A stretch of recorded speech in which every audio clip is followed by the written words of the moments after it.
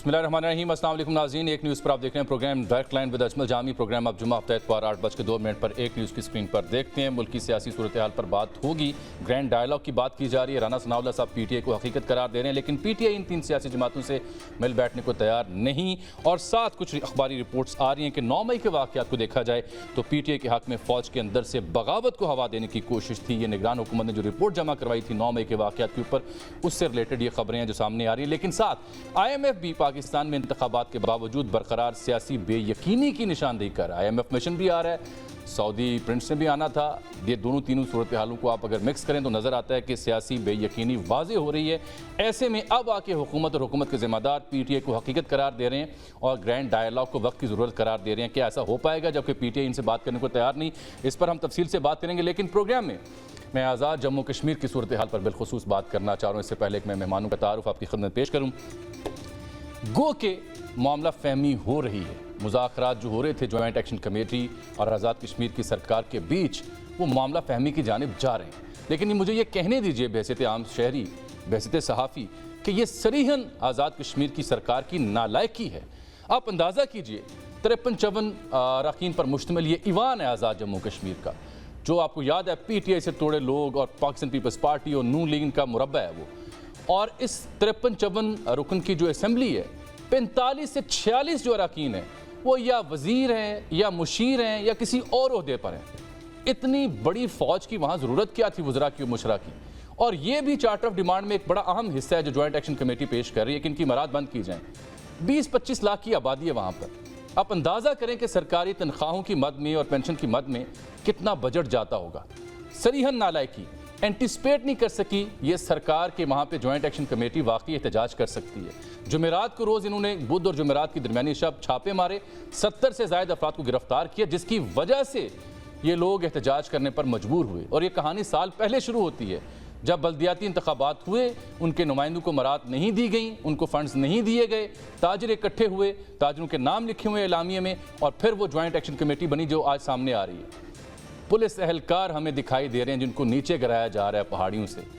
आम शहरी नज़र आ रहे हैं जिनको दरियाओं में गिराया जा रहा है। एक पुलिस एहलकार शहीद हो चुका है, मजमूई तौर पर 90 अफराद ज़ख्मी हुए हैं। अब जाके इन्हें होश आई है। सरासर ये नालायकी थी, मिस जजमेंट थी, एंटिसिपेशन की कमी थी, और अब आके जब विफाक बीच में आ रहा है और फिर मामला सुलझ रहे हैं। आप अंदाज़ा कीजिए, ये तस्वीरें जो विजुअल्स हमने देखे, इस पर रियासत पाकिस्तान की, मेरी आपकी सुबह की क्या हो रही होगी। हम मकबूजा जम्मू कश्मीर की बात करते थे इंडियन चुनाव में, अब हमारी ये फुटेजेस दिखाई जा रही हैं।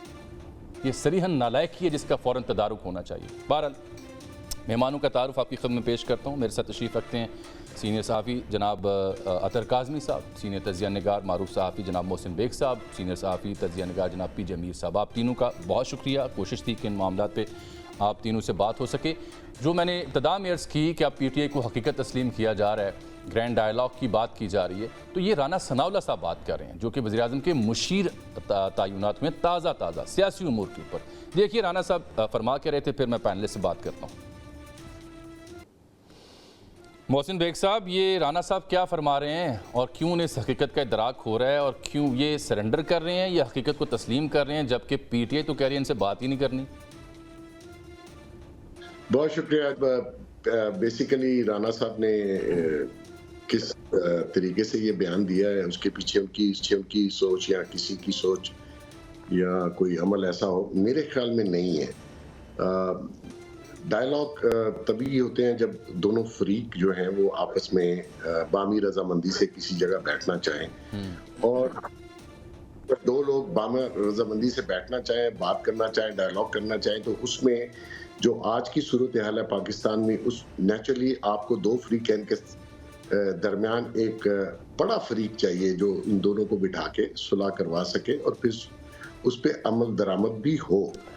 वो बड़ा फरीक कौन हो सकता है, ये ज़रा रुकिए, अगर माजरत चाहता हूँ, लेकिन आपने राना सनाउल्लाह साहब के बयान के ऊपर जो तबसरा किया, मुझे लगा जैसे आप कह रहे हो कि ये उनका ज़ाती बयान है शायद, और जो इस्टेब्लिशमेंट है या फ़ौज है वो शायद ऑन बोर्ड ना हो इस इदराक में।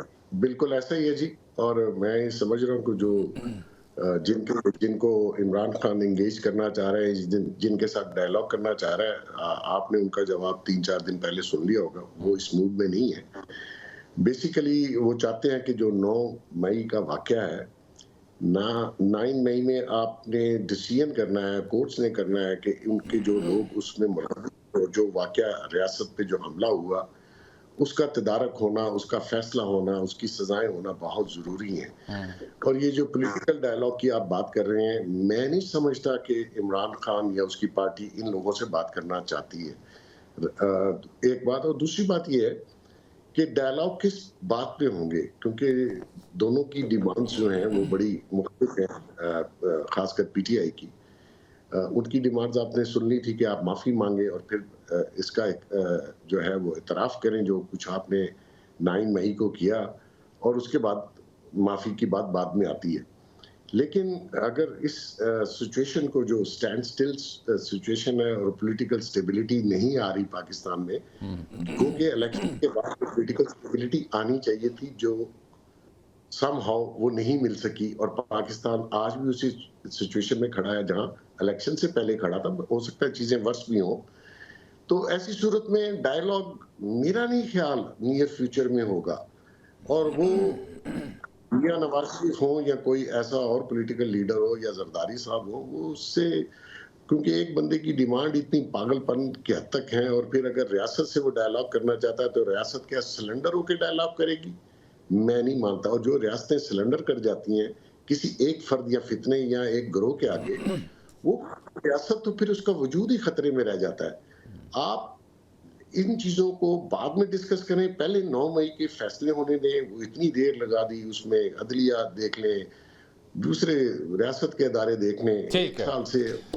तो वो लोगों के साथ भी ज्यादती है जो जेलों में बैठे, उनका ट्रायल होना चाहिए, फैसले बरी या सजा दोनों में से होके एक तरफ तो लगना चाहिए होगा। बिल्कुल ठीक कह रहे हैं। मैं जरा अतर काजमी साहब की इनपुट ले लूं। पीजे मीर साहब से कनेक्टिविटी का हल्का सा इशू है, उनके पास भी जाना है मैंने।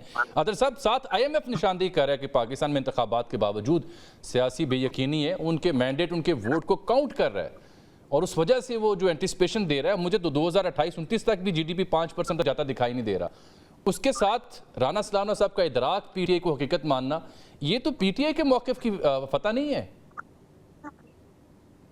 देखिए साहब, एक तो शुरू में जो आपने आज़ाद कश्मीर की बात की ना, आप देखें इस वक्त जो जिस नौयत का वहाँ पे एहतजाज हो रहा है, क्या आपको वहाँ पे कोई लीडरशिप नजर आ रही है? क्या कोई सियासी जमात नजर आ रही है? Not exactly, not on the face.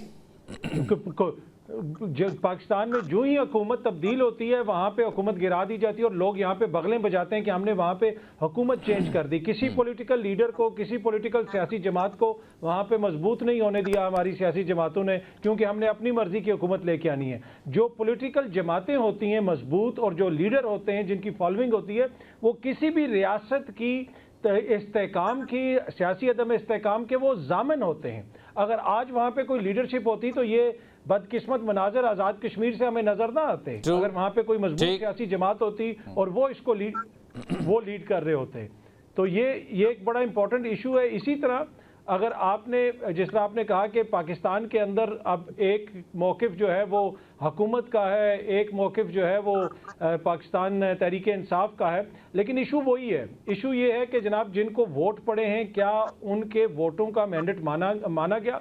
आपने आईएमएफ का जिक्र किया, आईएमएफ ने अपनी रिपोर्ट में जिक्र किया कि सबसे ज़्यादा वोट इमरान खान के आज़ाद उम्मीदवारों को पड़े। तो अगर आईएमएफ को इस चीज़ का इदराक है कि वो जिनको सबसे ज़्यादा वोट पड़े, जब तक वो ऑन बोर्ड नहीं होंगे तो मुल्क में सियासी अदम में इस्तेकाम नहीं आ सकता।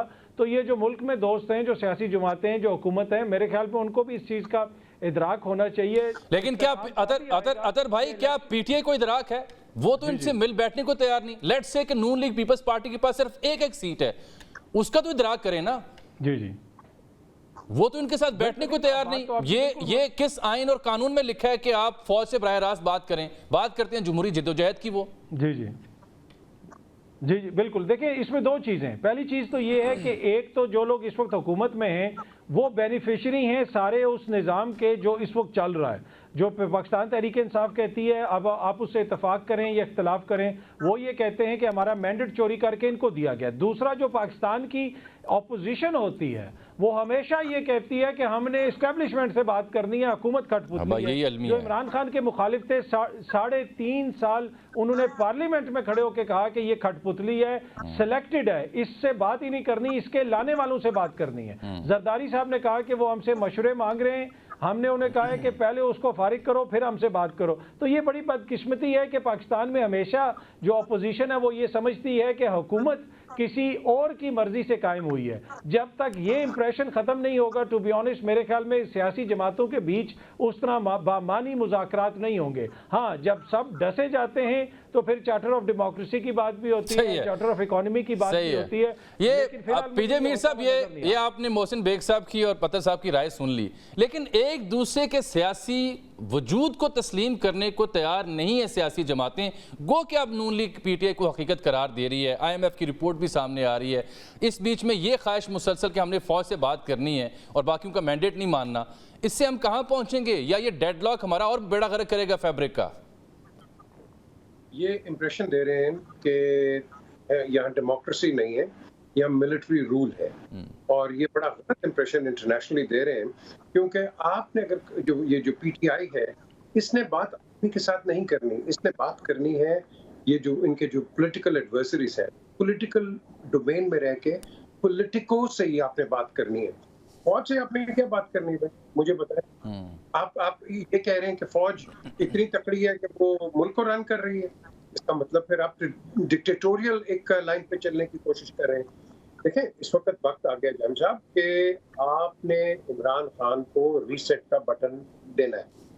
जब तक वो रीसेट नहीं होगा, आपका ये पॉलिटिकल डायलेमा, पॉलिटिकल क्राइसिस चलती रहेगी। और आप IMF का जिक्र कर रहे हैं, FDI की बात कर रहे हैं, और जो दूसरा आपके जो फॉरेन इन्वेस्टर्स इधर आ रहे हैं, they will not come because they want to see a clean chit.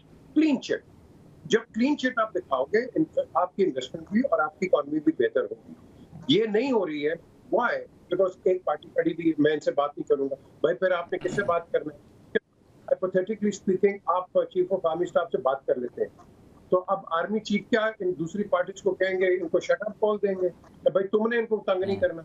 तो भाई इन दोनों की ऑपोजिशन और गवर्नमेंट इन्होंने चलानी है, आर्मी ने नहीं चलानी। ये चीज को आप बड़ा गहरी सोच से समझिए कि आर्मी का रोल नहीं है, वो खुद कहते हैं हमारा रोल नहीं है। The question is when they are out, why do you want to drag them back into it? आपकी जो भी आप कह लो कि डिफरेंसेस हैं इन पॉलिटिकल पार्टीज के ना, क्योंकि जब आप गवर्नमेंट में थे आपने कहा करप्शन, हर चीज पे आपने ये नारा लगाया, मैं ये कर दूंगा वो कर दूंगा, लेकिन इन बिटवीन आपके जो डेवलपमेंट प्रोग्राम्स है उस पर तो आपने कोई इतनी इंपॉर्टेंस दी नहीं। ये बड़ा एक अहम लफ्ज आपने यूज किया, रीसेट का। मोहसिन बेग साहब, एक जमाने में आप बहुत करीब से जानते रहे, देखते रहे जनाब इमरान खान साहब को, और बड़ा नब्शनास थे आप उनके हवाले से। ये रीसेट की जो मांग की है जनाब पीजे मीर साहब ने, डू यू थिंक सो कि उनके यहाँ रीसेट की ऑप्शन है? देखें, एक तो जामी साहब, रीसेट उसी को किया जाता है जो पहले सेट हुआ हो। अच्छा, जो पहले से डिफॉल्ट कर गया हो उसको क्या। ठीक। दूसरी बात, मैं अतर की बात सुन रहा था, IMF की रिपोर्ट आई है। ये IMF को पहले भी लेटर जिन्होंने लिखा, फिर जाके वहाँ एहतजाज किया, पॉलिटिकल अपना नैरेटिव किया कि जी हमसे बहुत सीटें छीन ली गई, वोट हमारे छीन लिए गए। इनसे बंदा पूछे कि 2018 में आप क्या जीत के आए थे तो आप प्राइम मिनिस्टर बन गए थे? उस वक्त RTS किसने बंद किया? ये टेलीफोन टावर किसने बंद किए? आप उन्हीं के बलबूते पे आए थे, फिर आपने उन्हीं को मीर जाफर, मीर सादक और हर जगह उनको। लेकिन बेग साहब, तब IMF ऐसे लेटर नहीं लिखता था, ऐसी निशानदेहियां नहीं करता था जो अब हो रही हैं। मैं आपको सुन नहीं पाया। मैं अर्ज कर रहा हूं, लेकिन तब क्या IMF ऐसी ही निशानदेही करता था जो आज कर रहा है? देखें, उस वक्त अगर नहीं की तो इसका ये मतलब नहीं कि आज वो सही है। ये जो बेनिफिशियरी जो हैं PTI के लोग या इमरान खान, वो उसको उस वक्त भी पता था कि मैं जीत के नहीं आया, और उसको 36-37 सीटें उनकी छीन के दी गई थी। और आज अगर ऐसा कुछ हो गया है, अगर धांधली, तो मैं नहीं समझता कि पाकिस्तान में कभी भी फेयर इलेक्शन हुए हैं, कुछ ना कुछ होता है। अगर उस पे अब आप क्या कहें कि जी मैंने सिर्फ आर्मी से, जिन पे आप रोज इल्जाम भी लगाते हैं मेरा मर्डर हो गया तो ये जिम्मेदार है, आप उसी से बात करना चाहते हैं जिनके ऊपर आपने धावा बोला। आपने 1.5 साल पूरी कैंपेन चलाई, यूनिवर्सिटीज, कॉलेजेस, स्कूलों में जाके छोटे छोटे बच्चों से आपने आर्मी के खिलाफ नारे लगवाए। फिर 9 मई को आपने पूरा एक प्री प्लान इंटरनेशनल साजिश के तहत आपने अटैक उन पे किया। अब आप कह रहे हैं मैं उन्हीं से बात करूंगा, उन्होंने दो टोक जवाब दे दिया। मकसद ये नहीं है, मकसद हमारी अदलिया, देखें जो प्रेस कॉन्फ्रेंस डीजी IASPR ने भी की, उसमें उसका जो करक था वो अदलिया की तरफ था कि 1 साल हो गया स्टे दिया हुआ। यहाँ इमरान खान या कोई और पॉलिटिकल केस एक दिन लगाओ सुबह लगा होता है, आपने क्यों डिसीजन नहीं किया? आप डिसीजन दें, आर्मी कोर्ट्स और सिविलियन कोर्ट्स मेरे लिए सेम है। मैं ये कहता हूं कि कम से कम फैसला दें, और उनका अगर आगे अपीलों का प्रोसेस 1 साल, देखें जो लोग जेल में हैं वो सारे क्रिमिनल नहीं है, वो पॉलिटिकल वर्कर भी हैं उसमें, और मैं नहीं समझता कि सारे इन्वॉल्व होंगे, क्योंकि इसमें ज्यादती ये की गई है जो इस प्रोसेस में, जिसका सबसे ज्यादा मुझे एतराज है कि आप जो लोग जिन्होंने उकसाया, जिन्होंने लोगों को वर्गलाया, उनको तो आपने एक एक प्रेस कॉन्फ्रेंस करके निकलने दिया और वो मफलर पहन के दूसरी जमात में चले गए। उनका कोई ये PTI की दस्तयाब क़यादत यही कहती है कि ये डबल स्टैंडर्ड्स हैं कि जिसने मफलर पहन लिया, प्रेस कॉन्फ्रेंस या ट्वीट कर दी, वो माफ हो गया। तो ये तो फिर आप अवाम के एतमाद के साथ भी खिलवाड़ कर रहे हैं ना। अवाम को क्या मैसेज दे रहे हैं फिर आप इस तरह से?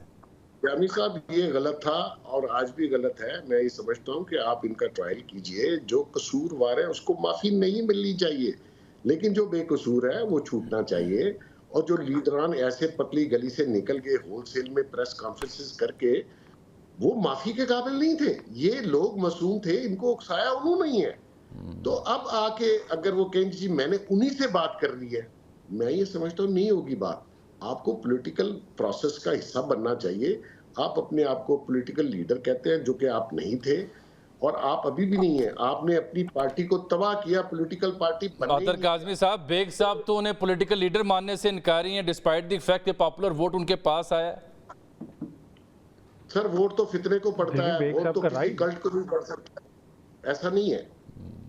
नहीं, देखें हर किसी की अपनी राय है और हमें उसका एहतराम करना चाहिए। यही वो चीज़ है जो हमें सीखने की ज़रूरत है, चाहे वो सियासी लेवल पे हो या किसी और लेवल पे हो, कि हर किसी से आपको इख्तलाफ हो सकता है, लेकिन एक दूसरे को आपने बर्दाश्त करना है। बेग साहब का अपनी राय हो सकती है, मैं उसका एहतराम करता हूँ। मीर साहब की अपनी राय हो सकती है, आपकी अपनी राय हो सकती है, पर इशू ये है कि जमहूरियत के अंदर जो राय मैटर करती है वो जमहूर की राय मैटर करती है। अगर पाकिस्तान का कलेक्टिव विजडम ये कह रहा है कि सबसे पॉपुलर लीडर वो है, तो फिर हम अवामी शऊर की तौहीन तो नहीं कर सकते ना। या तो हम कह दें कि यहाँ पे हमने कोई डिफरेंट तर्ज हुकूमत नाफिज करना है और उसमें 4 सियाने बंदे बैठ के, मेरे आप जैसे लोग जो खुद को हम अकलमंद समझते हैं, हम कह देंगे मैनू तुसी माफ कर दो, हुकूमत करनी है।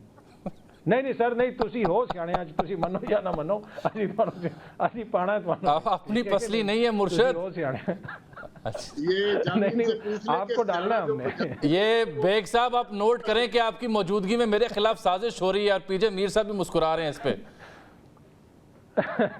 तो ये नहीं हो सकता जामी साहब कि आप इसमें से निकल जाएं। तो मसला ये है कि देखें जमहूरियत में तो फिर आपको कलेक्टिव विजडम के ऊपर मानना पड़ता है, एतबार करना पड़ता है, और कलेक्टिव विजडम इस वक्त ये कह रहा है कि वो सबसे पॉपुलर लीडर है। हाँ, ये हो सकता है कि अगले इंतखाबात में ना हो, तो आपको ये सिस्टम चलने देना है और जो लोग कह रहे हैं उसको मानना है, तभी आपने ये निज़ाम चल सकेगा। अगर इसमें बीच में हम इस तरह रखना डालते रहेंगे तो मेरे ख्याल में वो कतन जो है मुनासिब नहीं है, निज़ाम के लिए भी और मुल्क की ओवरऑल सूरत हाल के लिए। अब आगे चल के चीजें किस तरफ जाएंगी, ये फैसला तो पाकिस्तान की आवाम ने करना है। लेकिन इसमें मैं पीजे मीर साहब के पास जाने से पहले 2 बातें हैं, वो मैं आप तक रखूंगा। लेकिन ये जो रिपोर्ट है जो निगरान सरकार ने दी हुई है काबीना कमेटी को, जिसमें 9 मई के हवाले से कहा गया कि PTI के हक में फौज के अंदर से बगावत को हवा देने की कोशिश थी। I think it's very very serious and alarming sir. इससे कैसे PTI अपना आपको बरी जिम्मा करार देगी? क्योंकि ये तो वो मेटाफर है या वो स्टैंडर्ड है या वो चार्जशीट है जिसकी बुनियाद पे मौजूदा फौजी क़यादत का एक ख़ास नज़रिया बन चुका है, जिसकी जानिब इशारा बेग साहब कर रहे हैं। नहीं देखें, ये तो देखें जब कोई अदालत में ये केस जाएगा वहीं पे प्रूव होगा ना। वो निगरान हुकूमत जिसकी जो 90 रोज़ के लिए आई थी और वो जनाब कितना अरसा यहाँ पे बैठी रही, वो जो सूबों की निगरान हुकूमतें थीं उनमें से निगरान हुकूमत के लोग जो दोबारा अब कोई सेनेटर बन गया, कोई वजीर दाखिला बन गया, कोई चीफ मिनिस्टर बन गया, तो वो तो एक जोक था।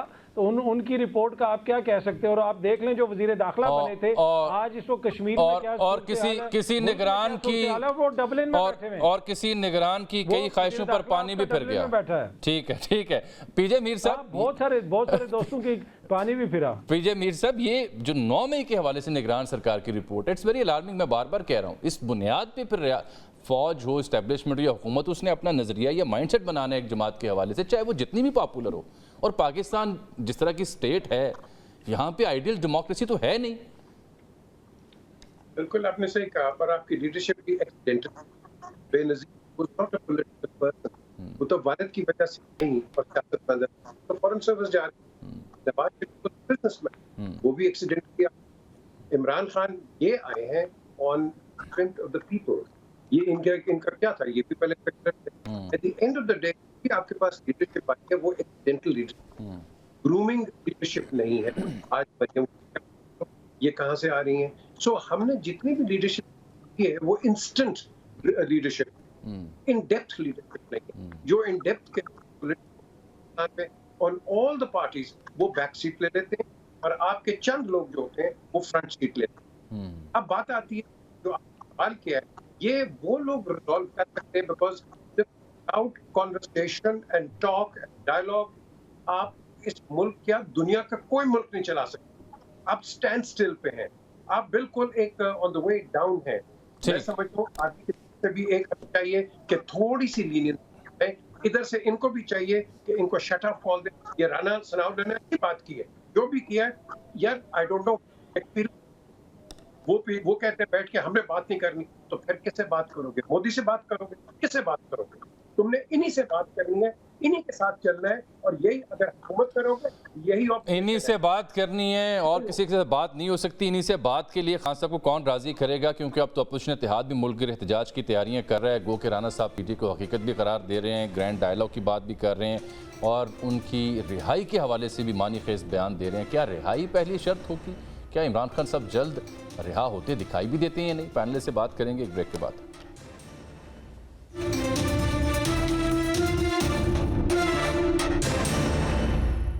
वेलकम बैक नाज़रीन।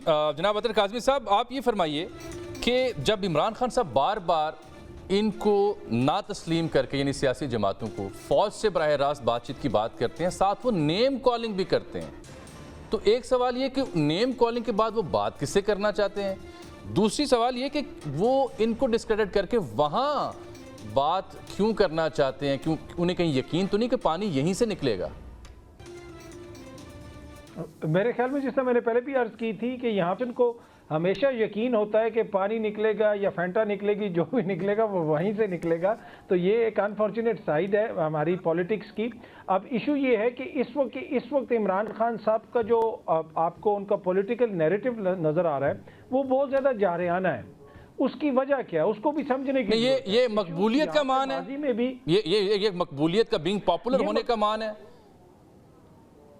ये उसका भी मान है। और जो दूसरी तरफ से जो काउंटर पॉलिटिकल नैरेटिव है उसका कंप्लीट फेलियर है और वो कहीं पे आपको नजर नहीं आ रहा। अगर इनको भी नजर आ रहा हो कि हमारे मुकाबले में भी एक पॉलिटिकल नैरेटिव है, एक सियासी बयानिया है और वो मकबूलियत हासिल कर सकता है, तो फिर ये कहीं पे आके थोड़ा सा कॉम्प्रोमाइज़ भी करें। जिस तरह नवाज शरीफ साहब ने कॉम्प्रोमाइज़ किया, उन्होंने शख्सियात के नाम लिए, अफसरान के नाम लिए, कहा कि मरियम बीबी को धमकी दी गई, बहुत सारे लोअर लेवल के जो अफसरान थे उनके भी नाम लिए, लेकिन उन्होंने अपना नैरेटिव चेंज किया क्योंकि उनके मुकाबले में एक और पॉलिटिकल नैरेटिव था। उनको पता था कि इमरान खान साहब की भी मकबूलियत है, लेकिन इस वक्त इमरान खान को ये लगता है कि मेरे मुकाबले में कोई सियासी जमात नहीं है, कोई पॉलिटिकल नैरेटिव नहीं है, तो लिहाजा मैंने जिनसे बात करनी है मैं उन्हीं से बात करूंगा और उनसे बात करने से पहले मैं उनके ऊपर सियासी दबाव बढ़ाऊंगा। अब आप इससे इख्तलाफ कर सकते हैं, मैं इससे इख्तलाफ कर सकता हूं, लेकिन सिचुएशन ये है कि अगर कोई पॉलिटिकल नैरेटिव यहाँ पे मजबूत होगा इमरान खान के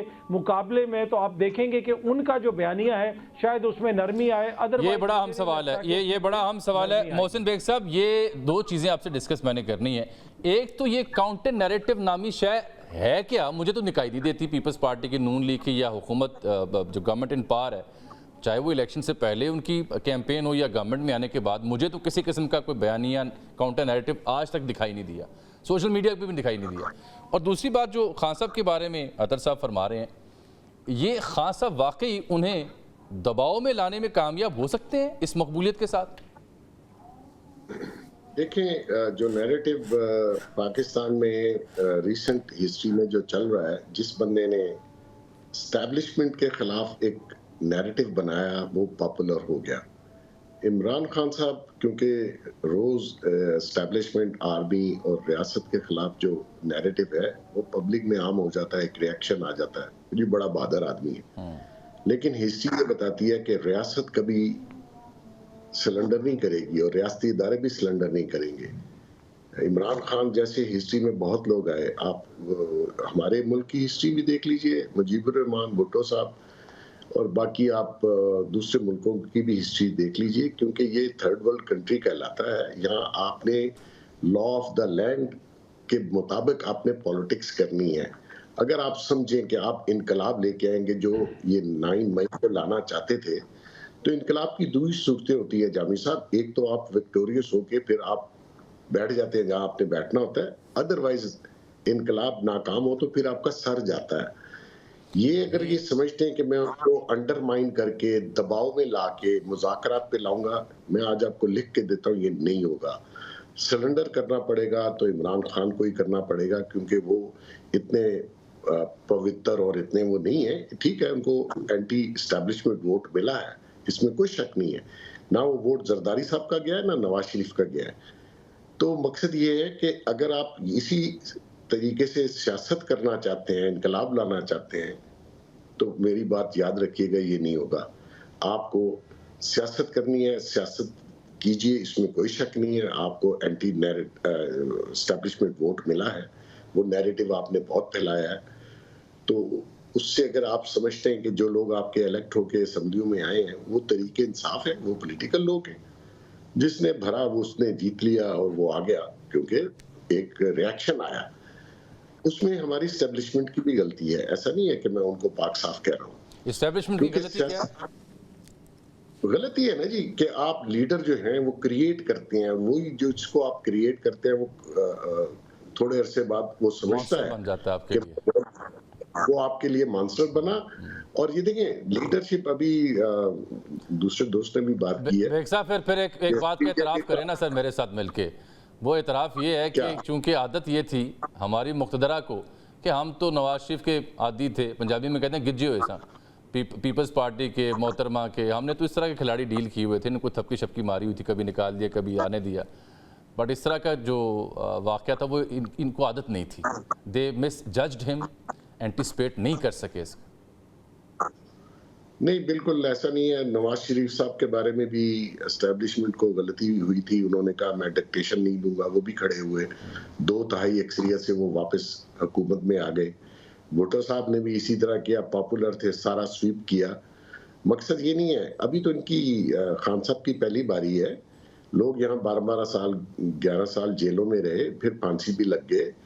मकसद ये नहीं है। मेरा मकसद कहने का ये है कि अगर आपने ये सोच लिया है कि आप धौंस धांधली से प्रेशराइज करके रियासत या उनके इदारों को अपनी टेबल पे लाएंगे, अपनी टर्म्स पे, वो नहीं होगा। और इससे पहले कि देर हो, आपको सोचना चाहिए इस मुल्क का।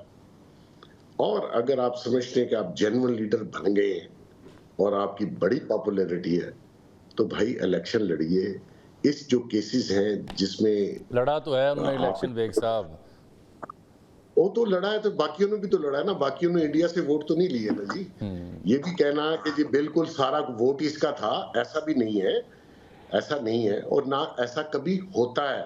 ठीक है कि आप सारा वोट आपका था। बिल्कुल ठीक। पीजे मीर साहब ये कहते हैं 180 सीटें, जामी साहब एक सुन ली, ये कहते हैं हमारी 80 सीटें खा गए। इलेक्शन ट्रिब्यूनल में तो 22 एप्लीकेशन है, 80 तो है नहीं। इलेक्शन ट्रिब्यूनल्स की क्या बात करते हैं, वो लाहौर हाई कोर्ट ने जज दिए हुए हैं, इलेक्शन कमीशन उस पर जो वारदात डाल रहा है, क्या सर लंबी कहानी है, दुखती रगे हैं हमारी, कहाँ कहाँ हाथ रखे हम। बहरहाल पीजे मीर साहब, ये अभी जो काउंटर नैरेटिव की बात की ना, ये बड़ी अहम है कि लेट्स से वाकई इमरान खान साहब उनकी जमात अगर हुकूमत समझती है फितना है, फसाद है, नौजवानों को गुमराह कर रहे हैं, तो इस बात के ऊपर कोई मुतबादिल बयानिया तो तराशते ना। ये मुतबादिल बयानिया नामी शय इनके यहाँ से नापैद क्यों है? ये जो नैरेटिव्स ये नैरेटिव एक बैड परसेप्शन पे आप कह लो कि इस पे बेस था। क्यों? मैंने खुद इसको कहा पीएम हाउस में, तो मैं गया था, मोहसिन जानता है उसको, टोमो था और एक और है हमारा। तो जब हम गए तो मैंने कहा यार ये जो है, why don't you work hand in hand with the army. और तुझे पता है जनरल बाजवा मेरे साथ है, डीजी आईएसआई मेरे साथ है, ऐसा रिलेशन हुआ नहीं। मैं कहा लिसन, डोंट बैंक मैं आपको नीड ऑन बेसिस पे होगा। आर्मी किसी की नहीं होती है, वो आपको गाइड ही करेंगे, do your own job and simple as that. फिर मैंने कहा तू बाहर बड़े शोर कर रहा था कि माफिया माफिया, वो तुझे पता नहीं है अंदर कितना माफिया है। मैं ये नहीं, तो मैंने कहा get rid of this people and let me tell you and put it on record Ajmal, इनको ये Mohsin knows this man as well, Iqbal Z Ahmed $4 gas दे रहा, $4 की। तो मैंने पेपर रखा, मैंने कहा गवर्नमेंट का एक पैसा नहीं है, दे दे। ये लोग, तेरा मिनिस्टर जो है एक पैसे मांगे नहीं है लेकिन तंग कर रहा है। कहता है कौन? मैंने वो ज़ैदी। कहते तेरे पास प्रूफ है? मैंने कहा मेरे पास प्रूफ नहीं है। तो भाई $4 का गैस मिल रहा है, आगे शॉर्टेज आ रही है, why don't you take it? नहीं मैं हमारे से बात करूंगा, ये करूँ। तो यार आप decisions low prime minister, you don't hang around. आपको अच्छी चीज मिलती है, certain get on with it. Narrative आपने आया बड़ा अच्छा है, आर्मी चीफ ये आप निकले बाहर, की पतलून उतार के यार उसको बदनाम किया है, और उसको बदनाम नहीं किया आपने, फौज को किया है, आपने जवान को किया है। It is not Qamar Javed Bajwa, it is the chief of the army staff. आप इस चीज को एंगेज करो। हम क्या करते हैं, बंदे जो जाता है उसको गंदा करके छोड़ देते हैं। This is our tradition. इससे भी गलतियां हुई हैं ऑल अराउंड। जामी मेरे भाई, अगर हम इन गलतियों को रोते रोते रहेंगे हम आगे नहीं बढ़ेंगे। हमने आगे बढ़ना है, लेकिन कैसे बढ़े? वहीं हेडलॉक हो गया, डेडलॉक तो है ही, ये तो हेडलॉक है। इस हेडलॉक के अंदर PTI has to come to terms. वो गंडापुर साहब क्या कर रहे हैं, गवर्नर लगा नहीं तो उसको तड़िया पहले नहीं, वो भी एक नई कहानी शुरू हुई है। वहाँ पे एक दूसरे को धमकियां दी जाती हैं, कभी वो इस्लामाबाद चार दौड़ने की बात करते हैं, कभी गवर्नर हाउस पे कब्जा करने की बात करते हैं, कभी कुंडी साहब उन्हें कह देते हैं कि मैं फिर जियाला सीएम ले आऊंगा। वहाँ भी अजब कहानी है। बिल्कुल, and this is not acceptable. हम चलो आप डिबेट कर लो, लेकिन आप फ्यूचर जनरेशन को क्या देके जा रहे हो? Is this the legacy of the parliament in Pakistan? No, ये इस चीज को हमने अवॉइड करना है। कुछ यार कुछ संजीदगी दिखा दो खुदा के लिए। हमारी पार्लियामेंट, आपने देखा है कि जितनी भी डिस्कशंस होती हैं, आप कोई लॉज पास करते नहीं है, यही आपस में आपकी फाइटिंग हो जाती है। एक बात करता है दूसरा दम बजाता है। उधर की मार्केट्स बना दी आपने। हम नॉन सीरियस लोग हैं, we are non serious and we got to start getting simple as that. अगर नहीं करोगे आप आगे, आपके पास बड़ा बुरा वक्त आ रहा है। रोड देख लो, आप जाओगे ट्रैफिक लाइट पे, पहले हल्का सा नॉक होता था, अब जोर जोर से नॉक हो रहा है, जोर जोर से नॉक हो रहा है। शरीफ लोग, लोग, यही मैं आपसे अर्ज कर रहा था ना, इब्तदाई मैंने अर्ज की कश्मीर की सूरत हाल पे। बेग साहब नोज कि मेरा वहाँ बड़ा ज़ाती रब्ता रहता है अहले कश्मीर से। वहाँ जो सूरत हाल थी बड़ी ऑर्गेनिक थी विदाउट एनी पॉपुलर लीडरशिप। बड़ी ऑर्गेनिक आउटबर्स्ट था लोगों का, और लोगों ने जिस तरह कन्फ्रंटेशन की है वो बहुत अलार्मिंग थी। इस नहज तक लेके उन्हें कौन आया? जो आप छोटी सी मिसाल आप दे रहे हैं इशारे पे खड़े लोगों की कि आहिस्ता नॉक करते आप तेज़ करते हैं। ये एक आदमी साहब, this is the most alarming aspect कि जो ऑर्गेनिकली, चाहे वो बावन नगर का वाक़या हो जाए, चाहे वो रहीमियर खान में एक वाक़या पेश आया था, फिर कश्मीर के अनगिनत वाक़यात अभी पेश आए हैं, इसके साथ साथ हम इनसे नज़रें कैसे चुराएं? राइटली और रॉन्गली एक एक एक एक अंदर से इनर्शिया जनरेट हो रहा है, जन्म ले रहा है, जिसको हम सख्त बयानात से कब नहीं कर सकते। देखें, समझने की ज़रूरत है। इशू यहाँ पे इमरान खान या नवाज शरीफ या जरदारी साहब इशू नहीं है। इमरान खान इस वक्त जो अवामी बयानिया है वो उसके ऊपर राइड कर रहे हैं। इमरान खान अपना कोई बयानिया लेके नहीं चल रहे, जो अवाम का बयानिया अवाम इमरान खान उसको लेके चल रहे हैं। जब आपको ये समझ आ जाएगी तो आप बहुत सारे मामलात को बेहतर तरीके से डील कर सकेंगे। यहाँ पे कहा जाता है कि जनाब उन्होंने ये बना लिया, वो इशू है। नहीं, अब आप देखें कि अवाम के अंदर इस वक्त क्या सोच है, अवाम क्या सोच रही है। जब तक आप अवाम, वो बात आपकी ठीक होगी काज़मी साहब, बात आपकी ठीक होगी कि अवाम का बयानिया शायद लेके चल रहे हैं, लेकिन इस रिपोर्ट में क्या करूँ जहाँ कहा जा रहा है वो फौज के अंदर बगावत करना चाह रहे थे। देखिए, जिसको पहले कहा कि जितनी गैर संजीदा किस्म की वो निगरान हुकूमत थी, मैं उसको इतनी संजीदगी से नहीं लेता इस रिपोर्ट को। पाकिस्तान की जो फौज है वो एक प्रोफेशनल फौज है। नहीं, ये क्या, ये एक मिनट ठहरिएगा ना, क्या ये क्या संजीदा मामला नहीं था कि शोहदा की यादगारों को जलाया गया, कोर कमांडर हाउस के अंदर जलाओ घिराव किया गया, यूनिफॉर्म बाहर लहराई गई, ये भी गैर संजीदा था?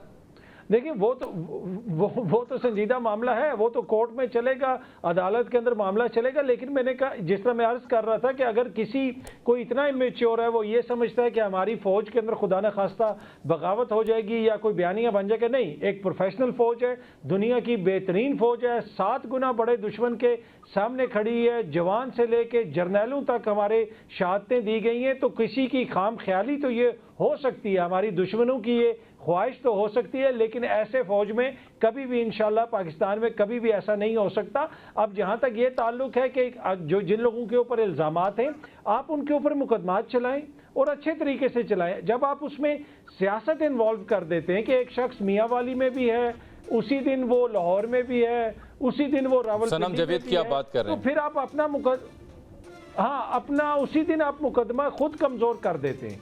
तो इसमें सियासत को निकालें। जिन लोगों ने 9 मई किया वो कतन काबिल कबूल नहीं है, चाहे आप हो जाएं या दीगर मेरे पैनलिस्ट यहाँ पे दोस्त हो जाएं, कोई भी उससे एग्री नहीं। एक छोटी सी मैं ब्रेक ले रहा हूँ और एक सवाल छोड़े जा रहा हूँ आप तीनों के लिए। वो सवाल ये है कि कुछ माहिरीन की ये राय है, कुछ दानिश्वरों की ये राय है, बिलखुसूस जिनका ताल्लुक हुकूमत से है, वो ये समझते हैं कि जो हालिया स्टैंड ऑफ है ना, DGI स्पीकर की प्रेस कॉन्फ्रेंस से लेके इमरान खान साहब का उसका रद्द-ए-अमल, इस स्टैंड ऑफ से कोई और खुश हो ना हो, हुकूमत वक्त ज़रूर धमाल डाल रही है। क्या ऐसा है और क्यों? एक ब्रेक के बाद।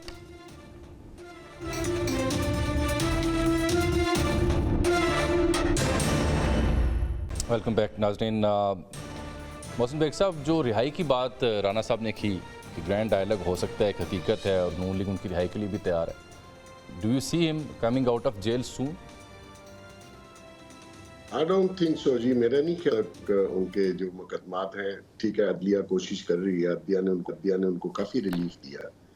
भी उनकी अपीलें जिस तरीके से और जिस स्पीड से सुनी जा रही हैं, वो तो बाकी जो पाकिस्तानी जेलों में है उनकी तो अपीलें 10-10 साल नहीं सुनी जाती।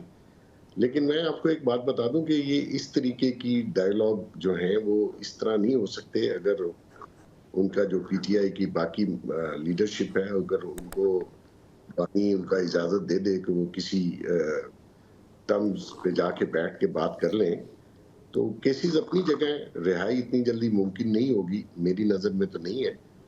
देखें, 2-3 चीज़ें हैं कि जैसे अभी डिबेट में अख्तर साहब भी बात कर रहे थे, PJ मीर भी कर रहा था, लीडरशिप जो है वो मुहब्बे वतन पाकिस्तानी होना चाहिए। वो अपनी ज़ात और अपने ईगो से निकल कर अवाम और जो अवाम के वोट लेके आते हैं, उन्होंने पार्लियामेंट में अवाम की बात करनी है। तो ये ईगो हमारे यहाँ बहुत ज्यादा है। आप इमरान खान साहब को मुहब्बे वतन नहीं समझते सर? नहीं, मुहब्बे वतन मैं इस सेंस में नहीं समझता उनको कि उनको चाहिए कि अपनी जात से निकल के इस मुल्क का सोचे। वो ये समझता है कि मेरी जात सबसे बड़ी है। आपने उनके लोगों के डायलॉग भी सुने होंगे, खान नहीं तो पाकिस्तान नहीं। तो ये जो सोच है ना इसके अंदर, और एंटी एस्टेब्लिशमेंट जो सोच ये रखते हैं और आगे इनके फॉलोअर्स रखते हैं, वो पाकिस्तान का कोई भला नहीं है। उसमें पाकिस्तान का यहाँ कोई फायदा हो सके, या ये आके दूध और शहद की नहरें चला देंगे। 4.25 साल रहे हैं, जो फेलियर्स इन्होंने किए हैं वो तो हिस्ट्री में लिखा जाएगा। ये तो वोट लेके इसलिए आए थे झूठ बोलकर कि मैं रिफॉर्म्स लाऊंगा, मैं ये बेहतरी लाऊंगा और मैं स्टेटस को तोड़ूंगा।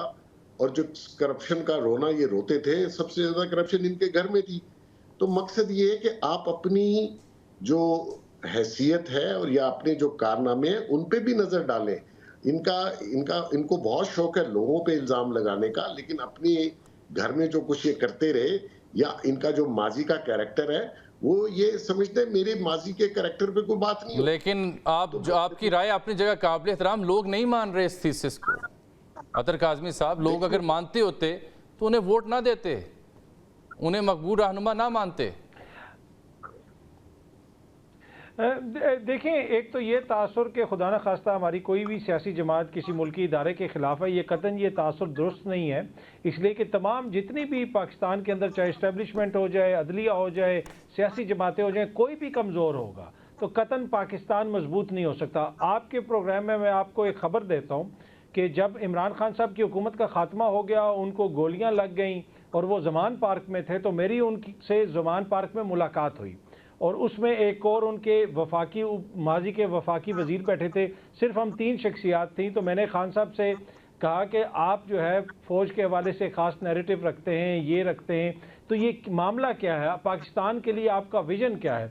तो खान साहब ने कहा कि बहुत सारे हमारे मसाइल हैं जो इस्टेब्लिशमेंट से होते हैं, पर उन्होंने कहा कि अगर पाकिस्तान के अंदर बहुत सारे मसाइल हम हल करेंगे तो उसमें इस्टेब्लिशमेंट की मदद के बगैर हम नहीं कर सकते। और एग्जैक्ट ये कहा करते थे, ये कहा करते थे, आई रिमेंबर, बिल्कुल कहा करते थे। वो एग्जैक्टली उन्होंने कहा कि पाकिस्तान का बेहतरीन इदारा है। तो ये तासुर के इमरान खान साहब कोई खुदा न खास्ता फौज के खिलाफ हैं, तो मेरा नहीं ख्याल कि ये तासुर दुरुस्त है, और ना ही पाकिस्तान की आवाम खुदा न खास्ता नहीं। अगर देखें, मैंने जो वो जमान पार्क में बैठ के बात करते थे उस हद तक तो मैं एग्री करता हूँ आपसे, लेकिन अगर इसको दुरुस्त मान लिया जाए तो फिर वो नेम कॉलिंग और जो नाम ले रहे हैं, इल्ज़ाम लगा रहे हैं, धमकियां दे रहे हैं जिम्मेदारों के नाम लेके, इसे कैसे जस्टिफाई आप करेंगे? फिर देखिए, जब कोई अंडर प्रेशर होता है, जिसके ऊपर बीतरी होती है, वो बहुत सारे इल्ज़ामात लगाते हैं। आप नवाज शरीफ साहब भी ना सिर्फ आपके जो टॉप लीडरशिप थी, उसके अलावा दीगर नीचे लेवल तक के अफसरान के नवाज शरीफ साहब ने नाम लिए कि किसी ने मरीम बीबी को धमकी दी है कि आपको हम स्मैश कर देंगे